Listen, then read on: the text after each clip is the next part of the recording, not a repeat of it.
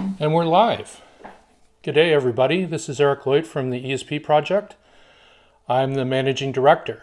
Today is going to be the beginning of our weekly video cast, and we're going to start off with just a little bit of an update of what's going on, and we've got some really exciting news that we want to talk about. We're going to have Daniel from our marketing team, who manages the marketing side of the business for us. And he's going to give us a little bit of background of what's going on the marketing side. And then today's focus is going to be on one of our use cases, which is education. And so most of the discussion will be centered around that. Certainly, like all other live streams, we encourage everybody to participate as much as possible. Please ask questions. Where we'll do our best both from a marketing standpoint and also from the educational platforms to answer any of the questions that the community might have. So very first thing, I want to say that we've got some breaking news. We're really happy to announce that we've signed on with Bitmart, and we will be live on an exchange, our first central exchange, on October 8th. At 4 a.m. Eastern Standard Time, which is, I believe, 9 a.m. GMT or UTC. So next Friday is when we can all start to purchase through the exchange the token and start to fully trade it. So it'll be fully available. This is really an exciting step for us. It's a major progression down the roadmap, and I think it's just going to be able to get out to a much wider audience. Nice thing with Bitmart, they have smartphone apps, the nice user interface, makes the whole process of purchasing tokens just a much simpler process all the way around. So we're really excited to talk about that and really get the ball rolling now. So it's onward and upwards. You'll start to see a lot more focus on the business side or the use cases for the token, which is really where we're spearheading this video cast or live stream. So today we have Daniel, which is part of our marketing team. He's based in France, and I'm just going to get him online here. So there we go. Hey, Daniel. Happy to be here, Eric. Great news. Yeah, very, very exciting times now. Yes. So, all right. I'm going to ask everybody if at all possible, feel free to ask any questions that you might have. And I just want to make sure that we have the chat going here. Here we go. And if anybody can't see or hear us, please let us know in the chat. But certainly what we'd like to do is get started. But Daniel, how about you introduce yourself to the group here, the community, and just give us a little bit about your background. Sure, certainly. So basically, my name is Daniel, marketing advisor here at ESP Coin, the team. We've been hard at work for the past 2 months, and I'll get to that a bit later. But from my side, I'm basically from Brazil, from São Paulo, a big city. And basically, my career started at, let's say, in Brazil, working with collections in a big call center for about 3-4 years in the sales. I was managing a team over there. It was very successful. From there, I went to Israel, where I lived for 3 years, and I was working at Brightwire as a financial journalist. So I got a lot of experience on that, dealing with companies and news about them for the day trading. And then from there, I moved back. I came to Europe, to France, where I started working at Talkwalker, which was a social media monitoring tool, which is it's a very big and popular one. I was enterprise sales manager / marketing for 3.5 years. And I learned a lot on how to build a brand from the beginning until you become very famous. So what we are doing in ESP, something similar, of course, for a different use case. So basically, that gave me a lot of know-how on how to, on the actions that we needed to do to make sure that we grow in an organic way. And we're going to get into that a bit later on how we're doing that today. But basically, that's my history.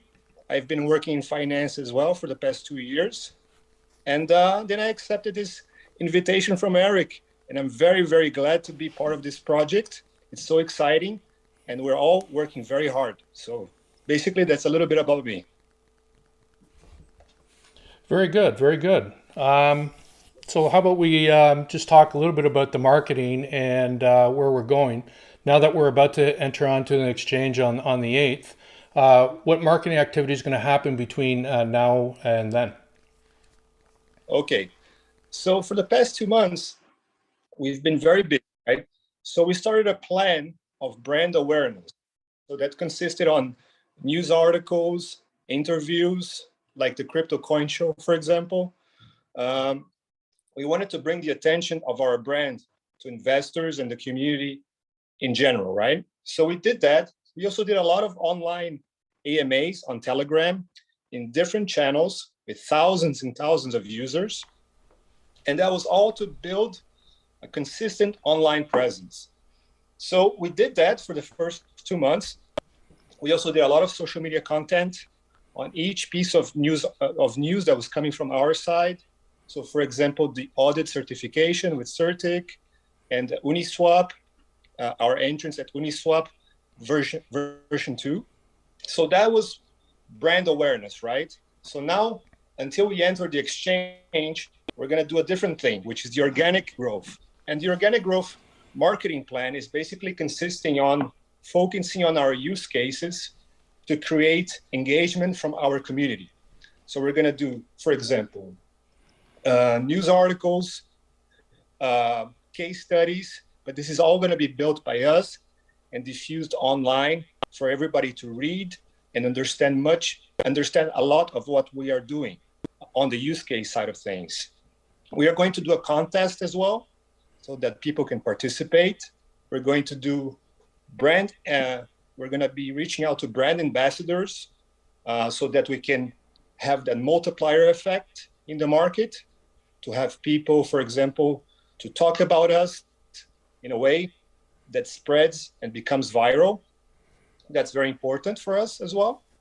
And we're going to be diffusing AMAs, but this time around in our own channel, in our Facebook channel, because we want people to get accustomed to come to our channel, to understand what we are doing in our own space. So basically, those are the initiatives that we're going to be taking forwards from now on. So that's 4 initiatives: content, brand ambassadors, AMAs, and contest. And of course, outbound direct marketing activities like emailing and direct contact to investors. So those are the activities we will be taking place until the 8th. Great. That's excellent.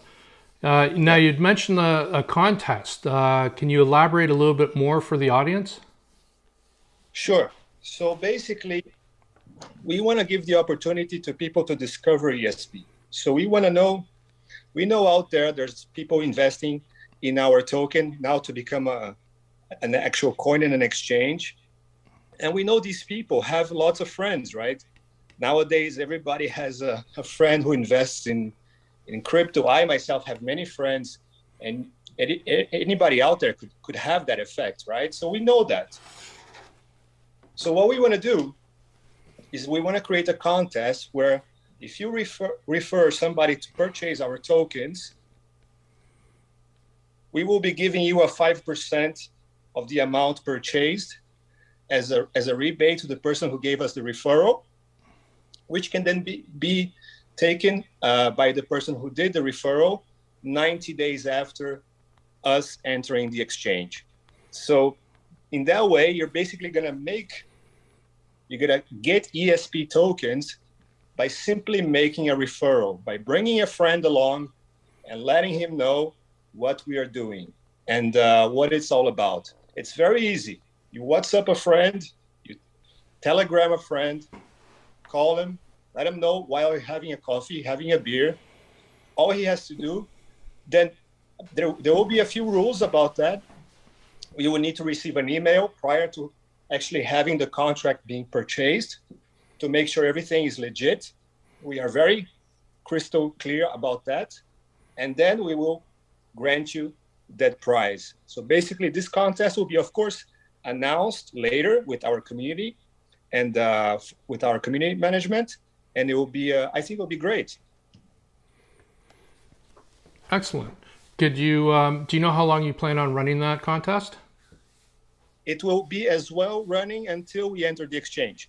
So that's one of those activities that we mentioned before that will be going to the 8th. So it's very quick, but very effective. If you are fast and you let people know what's going on, you can make yourself a good deal. And we like good deals for everybody to be happy. Excellent, excellent. Sounds exciting. We're really looking forward to the growth of the token and getting it out there, getting the word out there, people hearing about all the different use cases. So I think this is one of the avenues to our success. So, you know, for the last 2 months, we've been engaged in awareness campaigns and already done some marketing activity. Give us a sense as to what's resonated with the community. What has been the feedback so far? Well, the feedback was always, the feedback for us is very important, right? First of all, it's very good for us to measure how well we're doing on the marketing front, for example.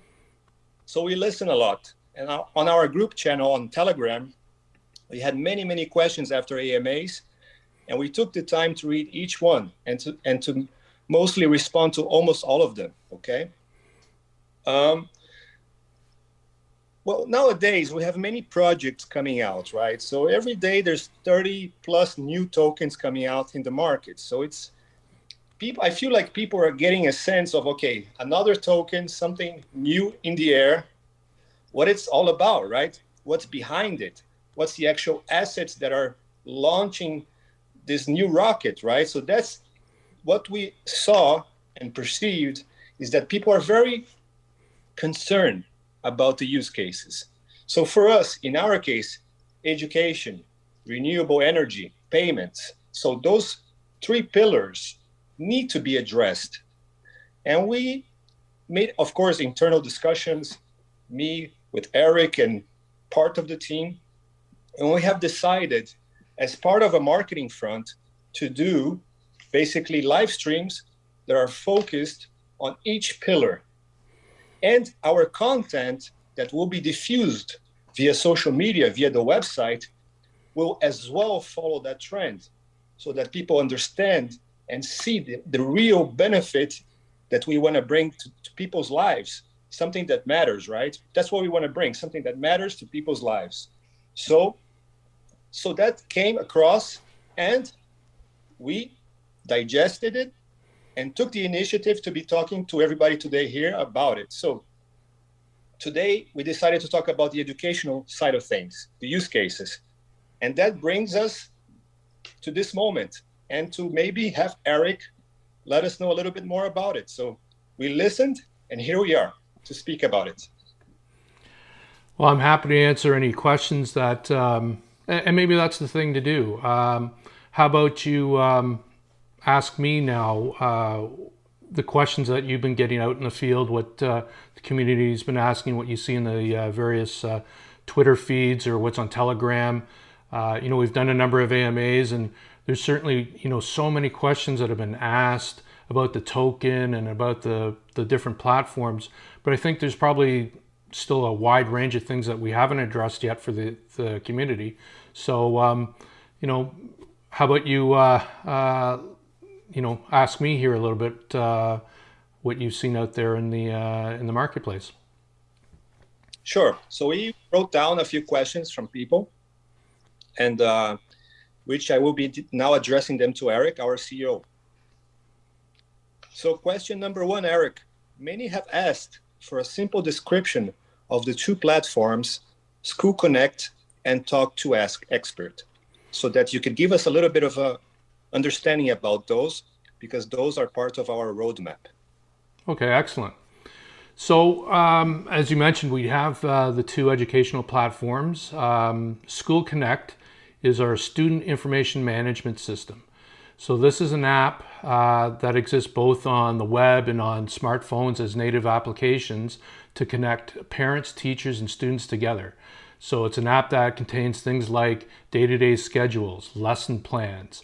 It gives the parent the ability to purchase or manage all the school fees associated for books, courses, tuition, field trips, lunches, whatever it might be, all nice and convenient through a single interface.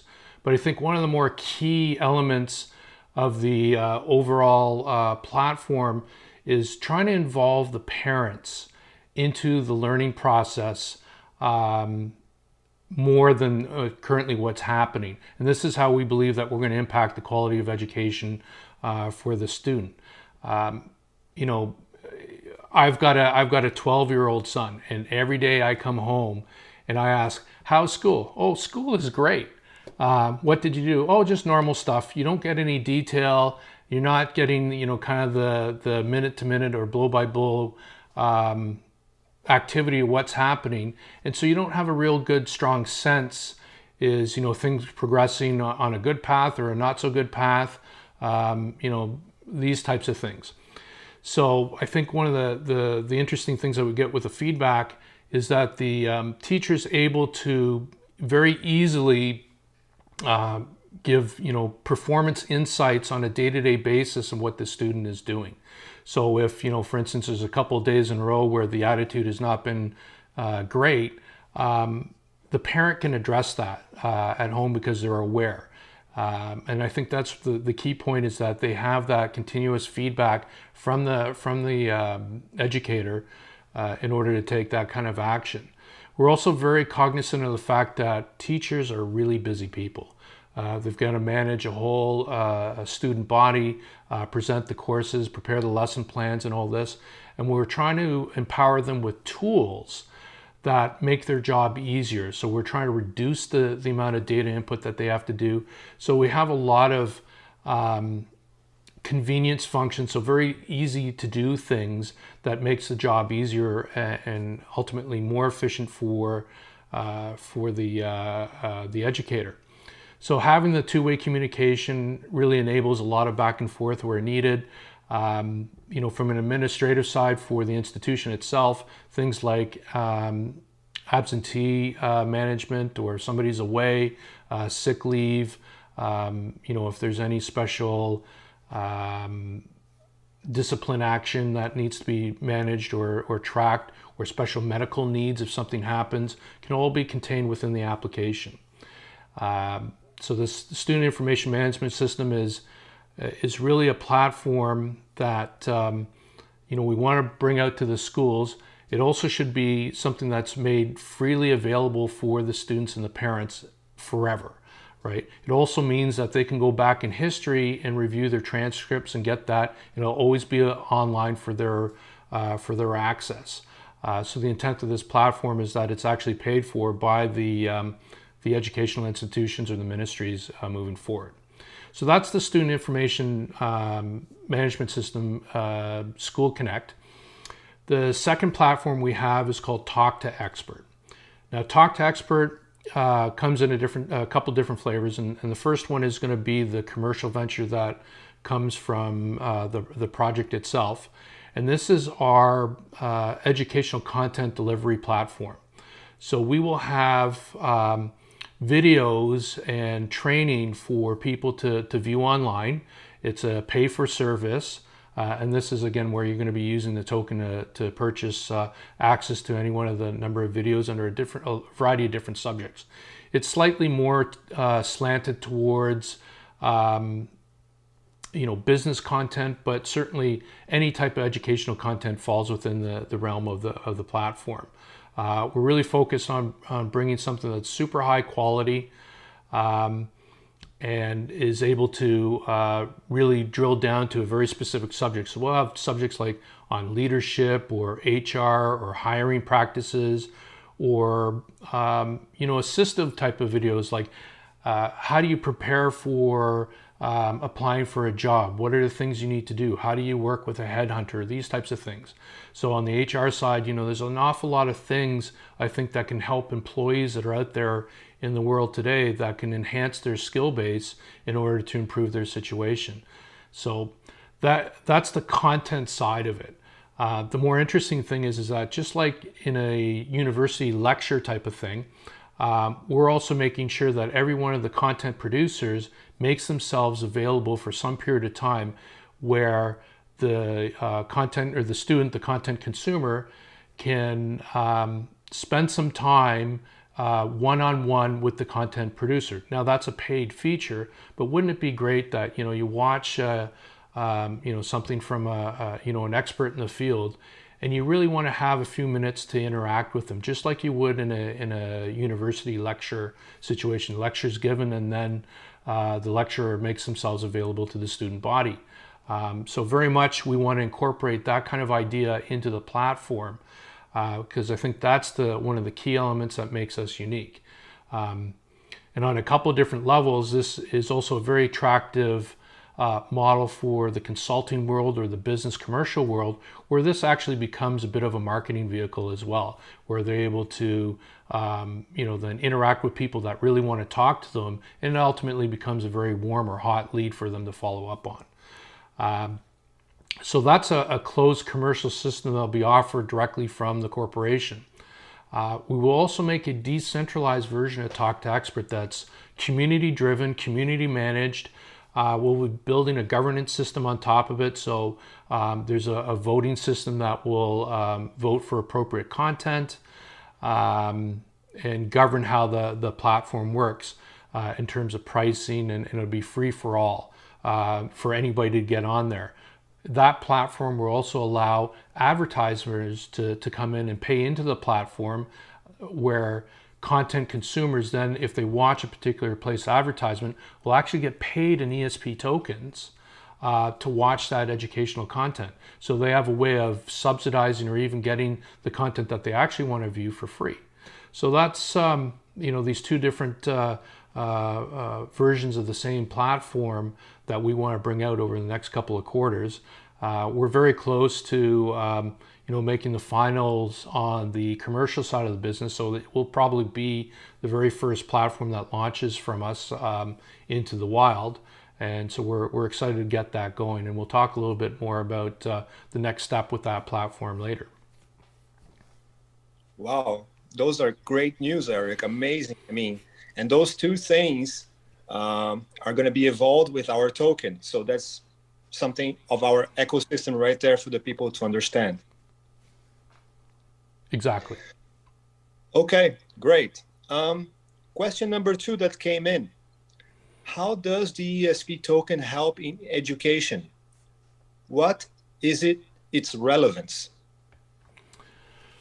Well, the token plays a really important part for enabling blockchain-based or decentralized applications to run. Because blockchains don't work in real money, they need some form of currency. So that's the first thing, is that we need actually the token to provide that functionality to interact with smart contracts on the blockchain. The second reason is that we're really focused in targeting the developing nations of the world. And many people in these countries don't have bank accounts, so they don't have credit cards, so they cannot avail themselves to take part in an online platform because they have no method to pay for it, right? So having and yet all these people have smartphones, right? So smartphones means you have a digital wallet, and therefore you can undertake cryptocurrency transactions, pay for services with tokens. So immediately when you make that available on virtually everybody's smartphone, it means that now these online services that they currently couldn't take advantage of in the past now is open to everybody, and really democratizes the whole learning model, making it available to everybody. And I think that's probably the single key benefit for on the educational standpoint to making it available in these developing nations. Of course, the some of the other underlying features that we're looking with the importance of the token is we're trying to remove the middlemen out of the financial transaction side of things. On Talk to Experts, for instance, the content creators will earn up to 80% of the revenue produced by the platform. And what we really wanted to do is make sure is that the content's out there at a very, very low cost and an affordable rate for these developing nations, which also means that merchant processing for things like credit card transactions or bank fees are cost prohibitive. And so having a blockchain manage through decentralized apps the whole financial side of it basically saves the merchant, everybody, and ultimately the content consumer the cost of those fees. So it gives us the ability to drive down the overall cost, at the same time through different mechanisms, have content consumers actually earn tokens that even reduces their cost of the content even further. So the token is a real integral part of how the whole educational platform works. When we look at the student information management system, it's the same type of thing where you can make cryptocurrency payments into the platform to pay for tuition, other student services, books, lunches, field trips, whatever it might be, any of the extracurricular activities. So again, this makes it very easy for the parent because it's just through a single application on your phone, and that nicely integrates with your digital wallet. Another more interesting use case is for parents that send their kids abroad, to a different country to get their education. If that country is enabled with the platform, it's very easy for them to just use the ESP token anywhere in the world to pay their services or provide funds for the student. Without having to go through, a bank-to-bank transfer, wire transfer fees, and all the associated rigmarole to try to make that happen. Where it's very easy to do through a token-based system that exists within the ecosystem of the educational platform. So I think it's a real enabler to make it available to everybody. It's convenient, it's fast, and it's low cost. So that's the importance, I believe, of the token. Amazing. I think that's really relevant. So that was question number 2. I'm pretty sure everybody's happy about this live stream because I am. This is great. So question number 3 that came in from our users. In what format will the platform be offered? Actually, that's a great question. It's probably one we've not really addressed in all the AMAs. But certainly we're going to start off with web-based applications. So a typical, all you need is the browser for both Talk to Expert and the Student Information Management System. But more importantly, especially on the Student Information Management System, we will have native smartphone apps. This is so it's properly meant for a smartphone. The user interface is optimized for the smartphone. Again, to make it convenient and easy for users to interact with the platform. Now, the Student Information Management System, or School Connect, it's really 3 applications in one. There's an application for the parents, which is a little bit different than the application gets for the students, though they're very similar. Parents obviously can see what's happening with the students. The students have their own interface to the teachers and seeing lesson plans and whatnot. But certain feedback and whatnot you could have some private communication between the parent and the teacher to discuss whatever needs to be discussed. That'll happen through the parent application. Of course, on the student side, they have their own application for the day-to-day management of their school experience.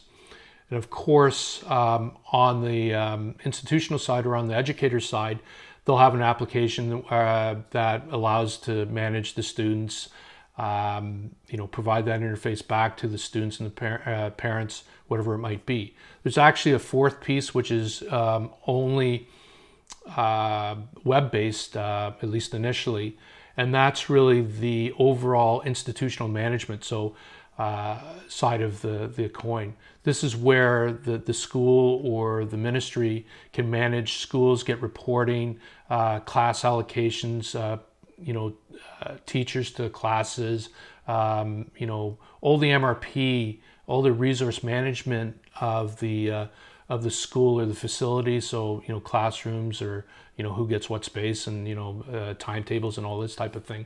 That will all be integrated in the upper level system management side of things for the school and institution. And from a institutional level or a ministry level, reports can be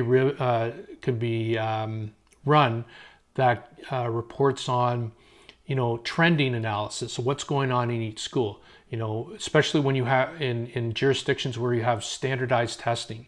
You can do comparative between school to school to school to see, what school's doing better or not. And, for the schools that are doing really well over some others, you might go in there and try to identify, why is it going so well? What are the best practices that we can leverage everywhere else? So the whole idea here is to keep getting that constant stream of information back so decisions can be made on how to bring into the scope of things, best practices. It's all about learning best practices. And this drills all the way down to the teacher and class level. If you have 3 or 4 grade 5 classes, either in the same school or multiple schools, and you have a class that's a real standout, go figure out what they're doing well. And if there's another class that's falling below the average, you can look at what the corrective action needs to be to bring them up, right? So again, this is always a focus on the quality of education that the students are going to receive. And by managing and monitoring all the current activity that's happening on a day-to-day basis within the from a top-down view from the management of the school system, they're able to drive that, and also at the same side from the parents. So they're also getting that information on the performance of their student, and being able to monitor that on a day-to-day basis means that they can effectively get more involved and again help the student along, increasing the quality of education. So that's always been the main focus of what we do with the platform, and where we think we can make a substantial difference. Well, that sounds great, because I also have a daughter, and if I can figure out what's homework for today with an app, that's just going to be great for me. I can assure you. Okay, so question number 4 that came in from our users. How can the platforms be affordable in developing nations? Good question. So by design, we knew that we had to build these applications for scale. So part of the core competency that the organization have is for developing platforms that can scale significantly. So millions of students or millions of users, simultaneous users, or hundreds of millions of transactions per day type of thing.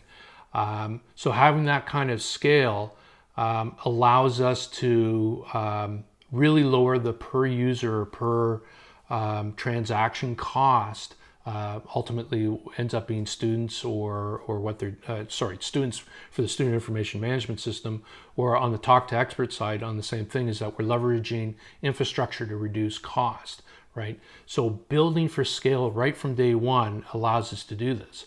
Now, that also means that we have to come out and scale, because it's a platform that is not self-sustaining if we only come out 1 school or 2 schools at a time type of thing.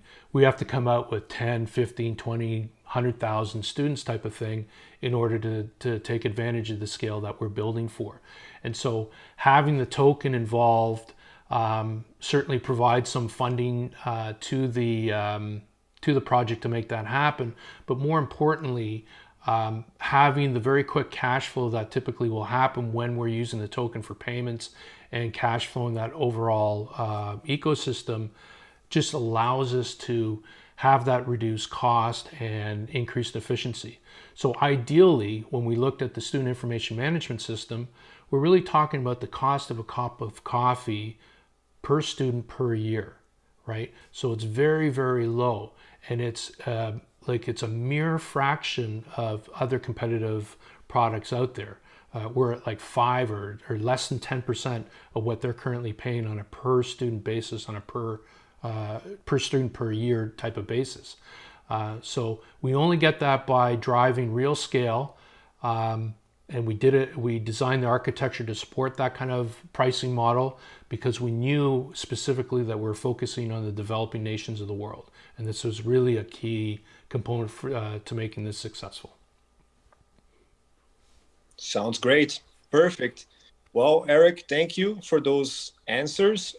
Pretty sure our community is happy about learning more about the educational side of things, our use cases. I mean, great news today. We're going to be on an exchange. So I think I'll let you pilot now. What's next? Well, hopefully we're going to get some questions out from the stream here. It's a live stream. So the first one we have is, how can School connect to parents, teachers, and students? So Trang Nguyen was asking this, and the way we do that obviously is by using the platform on really ultimately smartphone applications, where the parents have the application, students have access, whether they have a smartphone or a computer at home, to also access the information, and then every teacher within the school that they go to has their own interface to fill in for the performance and what goes on with the student.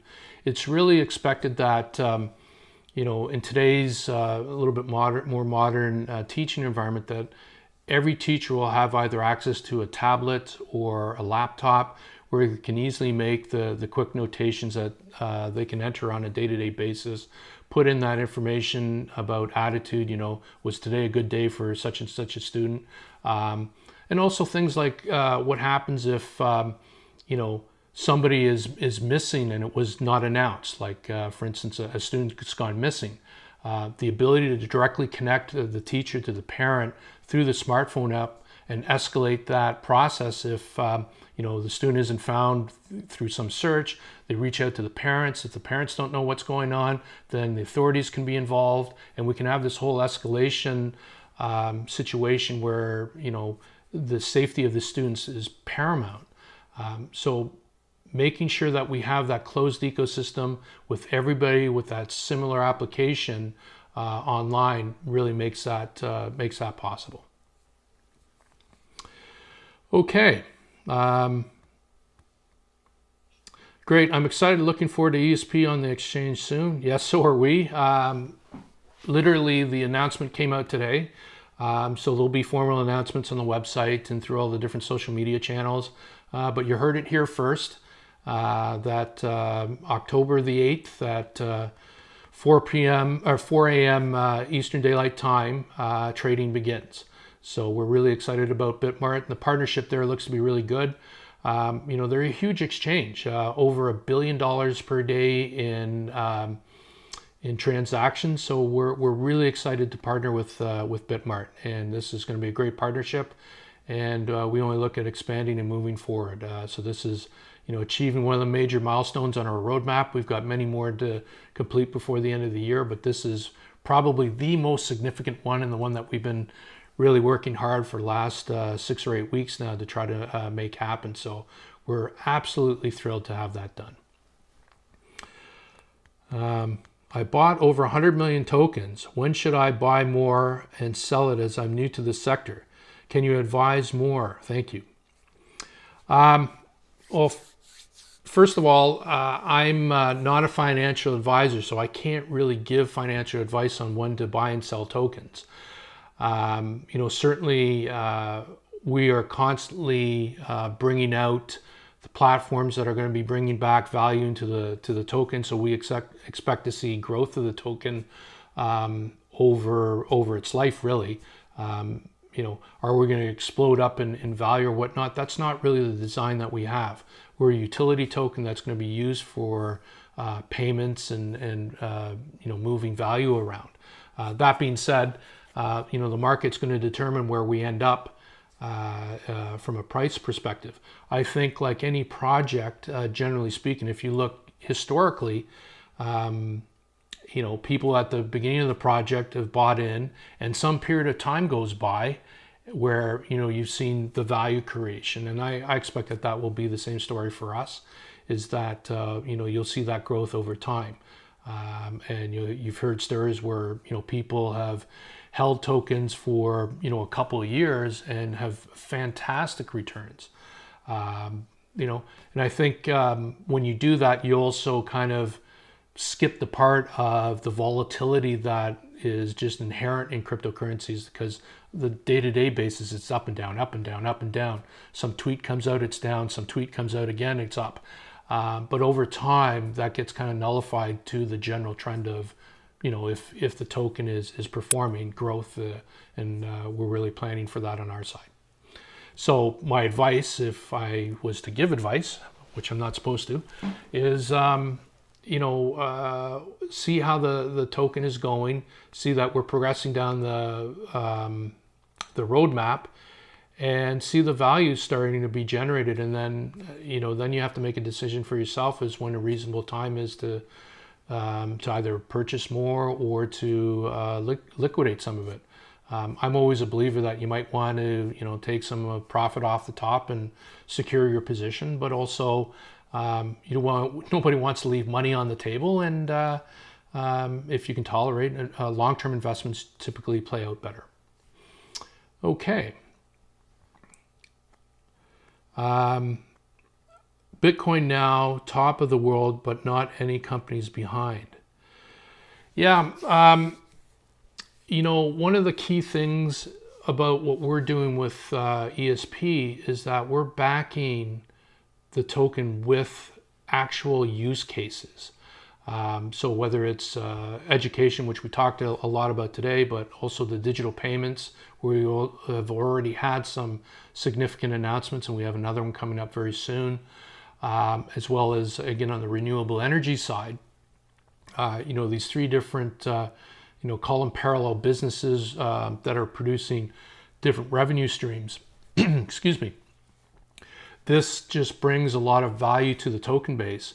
And I think that's one of the key differences that you have with us than with some of these meme tokens that are out there that are just riding a lot of hot air and somebody's tweet. Again, those are very volatile. Some people make out really well, but on the flip side, the people who made out very well, there's others that have lost just as much. So, we're trying to avoid that.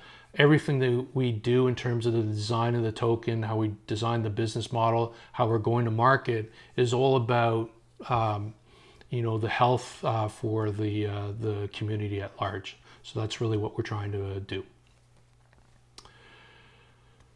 Okay, COVID pandemic is getting worse. So will we find any good signals from our ESP? So COVID is a real serious issue, I think, for everybody. It's certainly been a detriment to many, many businesses around the world. What it has done, though, is given rise to online digital businesses. And this is one of the reasons why our Talk to Expert platform is going to come out first. Because that's purely an online educational content platform that can be utilized anywhere. You don't have to go somewhere. You don't have to go to school. You just do it in the comfort of your own home. Take advantage of it. Pay for it with ESP from anywhere in the world. It's a great platform that is COVID-proof. That being said, from our side, the development side and the management of all these businesses, COVID is a bit of a headwind. It's difficult. We're doing a lot of development in Vietnam because we have to localize the student information platform in language and nuance, like some of the other features of the application for the jurisdiction. they're under a fairly strict lockdown now, and it's really painful to see because the human tragedy is really significant. So we really are focused on trying to do what we can, as apart as we are, until we get past COVID. So we're seeing some headwind in terms of really our schedule. That's the only pressure. But certainly the Talk to Expert platform is something that we're rushing to get out because we can take advantage of the COVID situation, because people at home will take advantage of these learning platforms more readily because of the situation. I think it's just another avenue of content to consume, and gives them something else to do when they're stuck at home. So, ESP is a player there.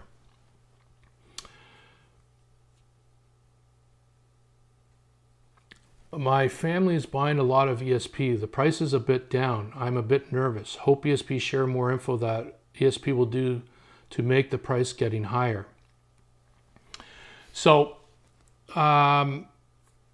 pricing, I think, at the beginning here, there's no real trend. The only place where there's been any fluctuation in price has been on Uniswap, and that's really just been a byproduct of how Uniswap works in terms of people buying or selling. The amount of liquidity that we have in Uniswap is relatively low. So if we have a couple of buys, the price goes up. We actually had a price that was very high for a short period of time.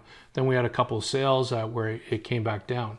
Ultimately, now that we're moving on to the exchange, we're going to see price stability, but more importantly, we're going to see widespread distribution of the token.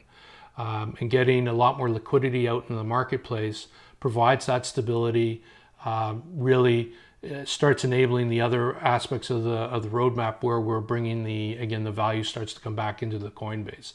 So I think on the front end here, what you've seen in terms of, because the only place you could see any real fluctuation in price is on Uniswap, that's an aberration just because of the nature of how Uniswap works. The price that we had on the website, and it's still on there currently, was tied to the cost of Ethereum. So we had that fixed, was it 25 billionths of an Ether. That's fixed at the Ether price, but because the price of Ether has gone up and down fairly dramatically since we've launched the token, we've seen a low of somewhere around, I think, $2,400 US for one Ether.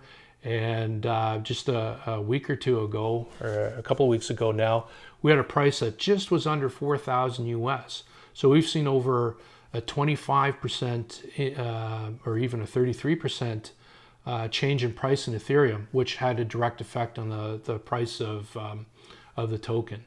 So as we move to the online exchange, we'll be paired against USDT, so this is the tethered US dollar.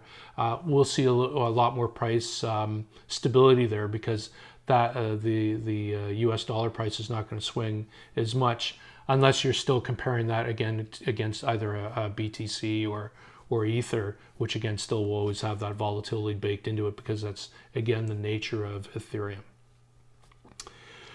Okay, what is digital S&T? So digital S&T stands for Services and Technology. It's actually the umbrella company that houses all the intellectual property for all the different platforms. So this is where all the technologies developed for the educational platform, the smart contract development, what we're going to be doing in the solar space, or the renewable energy space, as well as Talk to Expert, is really a derivative of technology that's created within the digital S&T framework, and it's really the technology producer for us. So we can consider it also a holding company. Alrighty, let me just see what other. So ESP will win Bitcoin someday. No, there's never going to be an expectation that the ESP token is going to be up in the thousands or tens of thousands of dollar range. If it does, then we've hit some kind of very strange set of circumstances. our tokenomics just don't support that. With Bitcoin, you have a supply of was it 20 plus million tokens, and never to increase too much beyond that. We're at 50 billion tokens when we're finally burned down to our final total circulated supply. So there'll never be an expectation where we'll have our token in the tens of thousands of dollars range. It's just economically it's not possible. Now, that being said, to see significant growth from where it is today in terms of multiples, 10 or 100 or even 1,000 to where we get to, pennies, tens of pennies, or maybe even $1, certainly that's absolutely possible. But we won't see a 50,000 or 60 or whatever the number is. I think 43,000 today. What you see with BTC, and even we're a utility token that's very focused on a very particular set of ecosystems. So I doubt our market cap will ever exceed something like a Bitcoin. But we stand a reasonable chance to grow it very significantly because we have use cases that there's demand for worldwide. In Vietnam alone, we have 20 million students. In India, there's 330 million students. In Africa, in its totality, there's another 120 million students, something like this. So, the market capacity just on the educational platform side is really huge. When we talk about digital payments, again, now we're talking about the population of countries at a time. So, again, Vietnam, 95 million people as a population. So if you break that into people who actually carry on financial transactions, 60 plus million people, the utility of the token is very high, and therefore we expect it to be very broad based. So the expectation is for a lot of growth. Okay, Daniel, do you have any questions yourself? Questions myself. The exchange is going to be announced soon. The contest, we're going to announce it soon. Questions, what else could I say?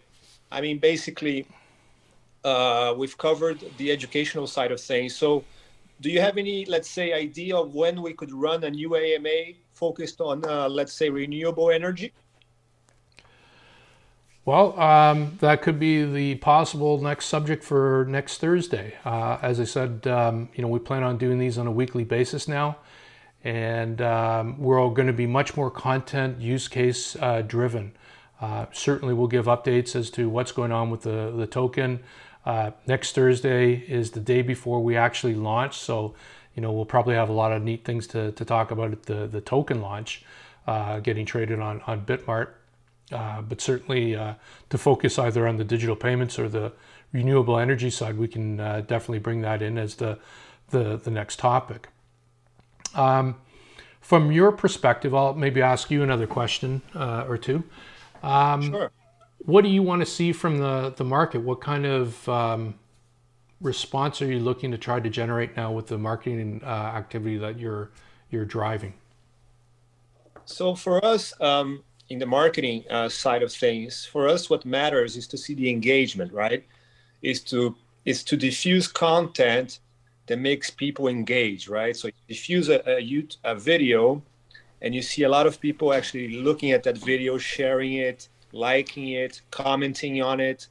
For me, looking at it from the top, that's what I want to see. I want to see engagement from our community. So basically, that is the number one, let's say, KPI that we have, is now to launch our use case driven content that's done, fabricated in-house, and see people commenting, sharing it, and so on. So that for us is the biggest, let's say, way to measure our campaigns. And now that we are with Bitmart as a partner, we will as well have marketing going on with them on different channels. And those will as well be a display to everyone so that everyone can participate. So we will be doing marketing in-house and in partnership with Bitmart. So we want to measure things by engagement.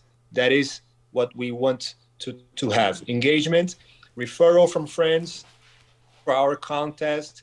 That is the number one thing. We don't want to, for us, for example, an AMA with hundreds of millions of people, but not a lot of comments, not a lot of fuzz. That's not going to be so clear on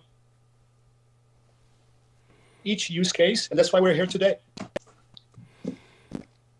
I think you dropped out a couple times there, but I think we heard about use cases on a daily basis and engagement. So I think that's obviously key for what we want to do. So let me ask this: not everything's rosy, and we always look to do better. What do you think has been the most critical comment that you've heard about what we're doing going forward? Whether it's marketing activity, business case, product, what's been most critical? What can we learn from the community so we can focus on improving? Well, what we learned is that people were really anxious for us to be in an exchange. So we diverted a lot of attention to actually talk to different partners and exchanges to see if we could enter as soon as possible. Obviously, we have already investors who have purchased our tokens, and they were anxious for that, right?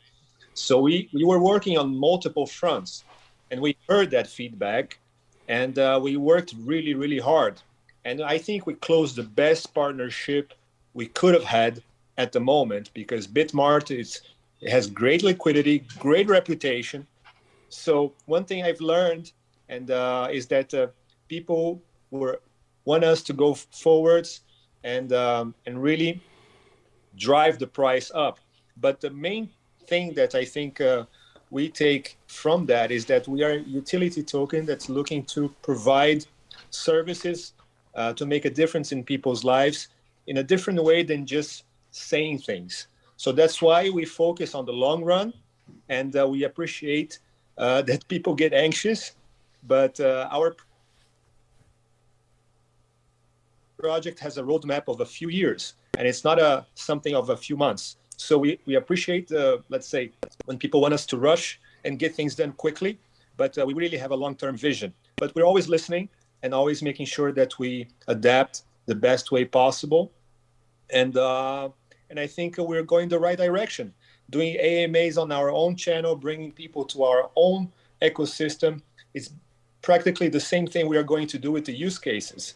So we're all aligned, and we're going forward, I think, very healthy and in a good way. So basically, I think that was the biggest concern, Eric, and I think we've addressed it right at the moment.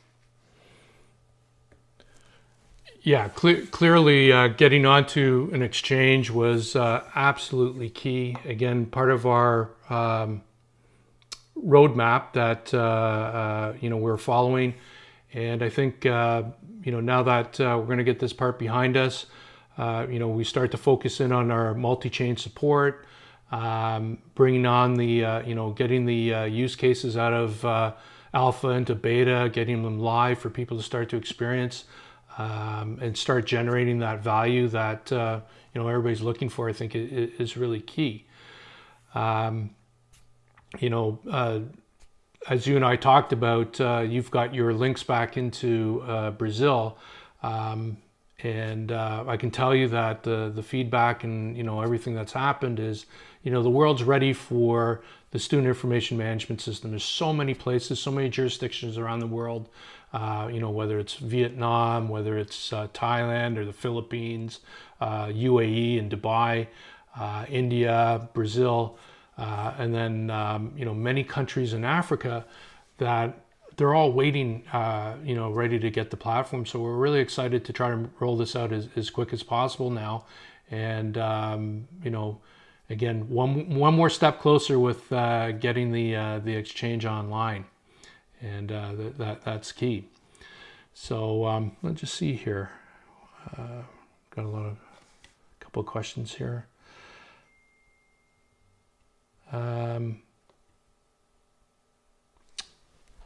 So one of the things that we're going to be announcing in the next couple of days really is revolving around our Talk to Expert platform. So this is a call to action. We're looking for content providers that want to provide training on a particular subject, whether it's business leadership or any number of different. Oh, it looks like we lost Daniel there. But we're looking for people that want to provide content and earn our platform to be part of the inaugural launch. So we're trying to get between 10 and 20 different courses up there. Each course is typically from 90 minutes to 5 to 6 hours.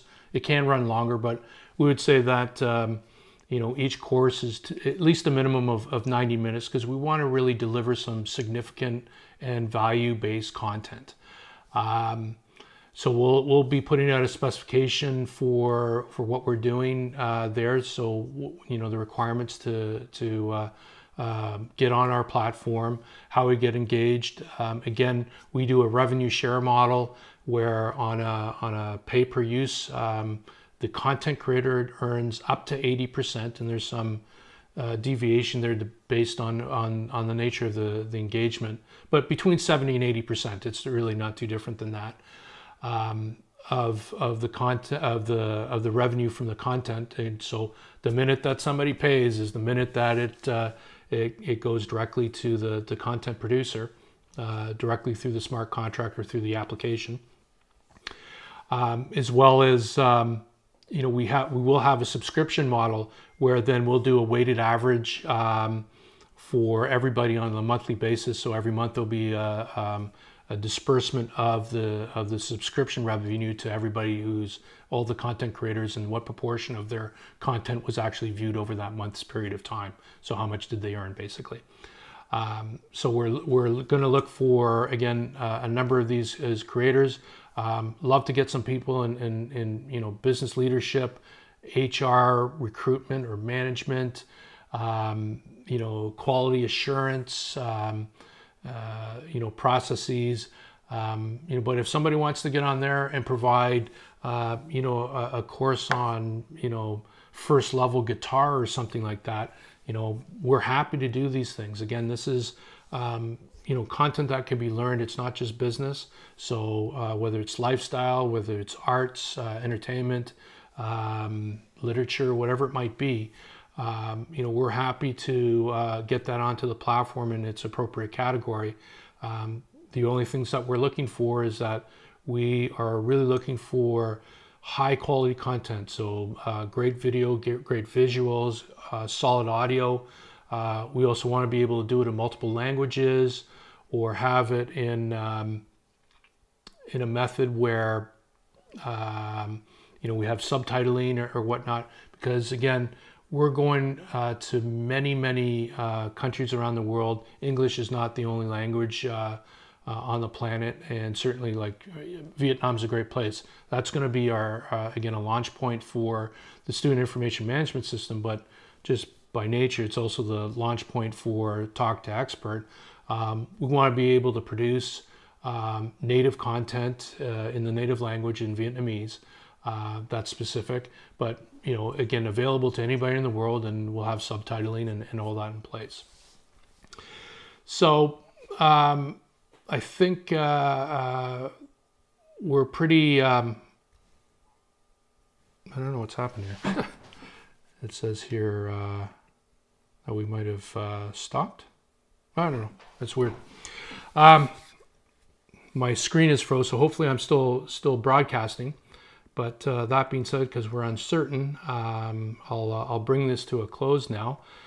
So I appreciate everybody that's joined us today. Feel free to reach out to me if you have any questions, or certainly if you want to talk about the Talk to Expert platform, what we're trying to do there. We'd like to get you on board. If this live stream was useful, please give us a thumbs up. And certainly please subscribe. The subscriptions really helps gets the word out to through the algorithms and shows up on the list easier. and we appreciate all that support. So we'll be back here next week at the same time. I think we had some confusion with what we've done with the time zones. So we're off by an hour, one announcement, and what ended up being posted on Facebook and YouTube. So I apologize for that. We'll do it better. No good deed goes unpunished when we didn't do it properly. So anyways, like I said, please subscribe. We'll be here next week, and look forward to seeing everybody the next time. All right, everybody take care. Thank you.